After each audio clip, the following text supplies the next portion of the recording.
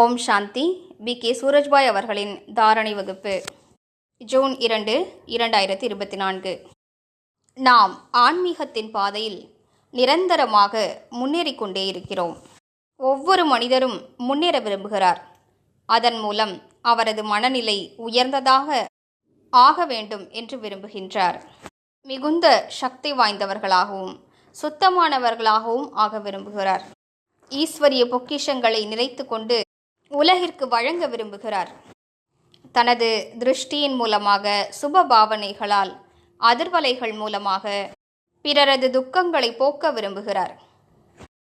எந்த ஒரு யோகிக்குமே 5 விகாரங்கள் மகா எதிரிகளாகும். கூடவே 6வது மற்றும் 7வது விகாரங்களான சோம்பல் மற்றும் கவனக்குறைவு இவை கூட சாதாரணமானவை அல்ல. எனவேதான் நமது சாஸ்திரங்களில் கூட சோம்பல் 6வது விகாரமாக கூறப்படுகிறது. ஒரு மனிதர் எத்தனை புத்திசாலியாக, தகுதிகள், திறமைகள் படைத்தவராக இருந்தாலும் சோம்பல் இருந்தால் அவை பலனற்றவையாக ஆகிவிடுகின்றன. அவர் வேலையை செய்ய துவங்கும் போது இன்று வேண்டாம், நாளை செய்யலாம் என்று யோசிக்கிறார். தளர்வாக வேலை செய்கிறார். கூடவே அலட்சிய தன்மையும் சேர்ந்து கொள்கிறது. அதன் காரணமாக வாழ்க்கையில் முன்னேற முடிவதில்லை. மாணவ வாழ்க்கையிலும் சோம்பலும் அலட்சியமும் அவர்களது முன்னேற்றத்தை தடுக்கின்றன. அதே போன்று பெரியவர்களாகி வேலைக்கு செல்லும் போதும் சரி, நான் தான் அதிகாரியாயிற்றே, நான் ஏன் சீக்கிரமாக செல்ல வேண்டும் என்று தாமதமாக செல்கிறார் என்றால் அவசியம் அவரது முன்னேற்றத்தை அது பாதிக்கிறது. இந்த 2 விகாரங்களும் மனிதர்களின் பல வாய்ப்புகளை மறைத்து விடுகின்றன. யார் ஞான மார்க்கத்தில் நடந்து கொண்டிருக்கிறார்களோ, யார் ராஜயோகத்தை பயிற்சி செய்து கொண்டிருக்கிறார்களோ அவர்கள் இந்த 2 விகாரங்களை ஒழிப்பதில் மிகுந்த கவனம் செலுத்த வேண்டும். என் முயற்சியின் பாதையில் இவை குறுக்கிடக்கூடாது என்பதில் கவனம் கொள்ள வேண்டும். இப்போது தளர்வாக இருக்கிறேன், பின்னர் முயற்சி செய்து கொள்வேன். இன்று வேண்டாம், நாளைக்கு பார்த்து கொள்கிறேன். இந்த வேலை முடிவடையட்டும், பின்னர் நான் நன்றாக முயற்சி செய்வேன் என்று நாம் யோசிப்பதில்லை தானே?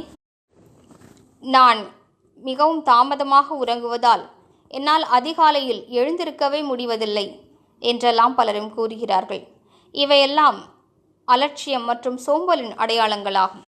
பிரபுவினை சந்திக்கக்கூடிய சுகத்தை அடைவதற்கு நாம் முக்கியத்துவம் வழங்குகிறோம் என்றால், வாழ்வில் வெற்றி பெறுவதற்காக, உயர்ந்த நிலை அடைவதற்காக நன்றாக உழைக்க வேண்டும் என்ற உழைப்பின் மதிப்பு நமக்கு தெரிந்திருக்கிறதென்றால், மனோபலத்தின் அவசியம், ஈஸ்வரிய சக்திகளின் அவசியம், அதிர்ஷ்டத்தினை உருவாக்கிக் கொள்வதற்கான முக்கியத்துவம் இவையெல்லாம் நமக்கு புரிகிறதென்றால் ஒருபோதும் நாம் சோம்பலை அண்ட விட மாட்டோம்.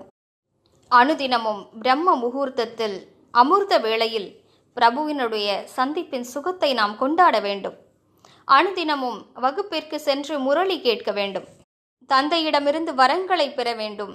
தன்னைத்தான் உயர்த்தி கொள்ள வேண்டும். அதிகாலையில் தந்தை கள்ளம் கபடமற்ற நாதனாக இருக்கிறார் என்பதை நாம் நன்றாக அறிவோம். எனவே அந்த நேரத்தில் தந்தையை சந்திக்க செல்ல வேண்டும். அவரிடமிருந்து அனைத்து பிராப்திகளையும் பெற்றுக்கொள்ள வேண்டும். மாறாக, நான் மிகவும் களைத்து விட்டேன், உறங்க தாமதமாகிவிட்டது என்று உறங்கிக் கொண்டு இருக்கக்கூடாது. அல்லது இன்று நிறைய வேலை இருக்கிறது, சிறிது நேரம் அதிகமாக ஓய்வெடுத்துக் கொள்கிறேன் என்று நினைப்பதும் சரியல்ல. நாம் ஒரு இரகசியத்தை நன்றாக புரிந்து கொள்வோம். அதிகாலை வேளையில் எழுந்து கொள்வதில்தான் மிகுந்த ஓய்வு இருக்கிறது. அப்போதுதான் மிகுந்த சக்தி கிடைக்கிறது. அது முழு நாளிலும் நமக்கு உதவி புரியும். அதிகாலையில் நன்றாக யோக பயிற்சி செய்தோமானால் முழு நாளும் சக்திசாலியாக வேலை செய்து கொண்டே இருப்போம். அவ்வப்போது பதற்றத்திற்கு, எரிச்சலுக்கு ஆளாக மாட்டோம். அந்த நேரத்தில் நாம் ஈஸ்வரிய வரங்களை பெற்றுக்கொள்ளலாம். தந்தையின் கரத்தை தலை மீது அனுபவம் செய்யலாம். எனவே தேவையற்ற எண்ணங்களை தியாகம் செய்வோம். வேலைகளை செய்வதிலும் சோம்பல் இருக்கக்கூடாது. இறை மகா வாக்கியங்களாகிய முரளியை கேட்பதிலும் சோம்பல் இருக்கக்கூடாது. முரளி கேட்கும்போது முக்கியமான விஷயங்களை எழுதி வைத்துக் கொள்வோம். அவற்றை மூளையில் அச்சடித்துக் கொள்வோம்.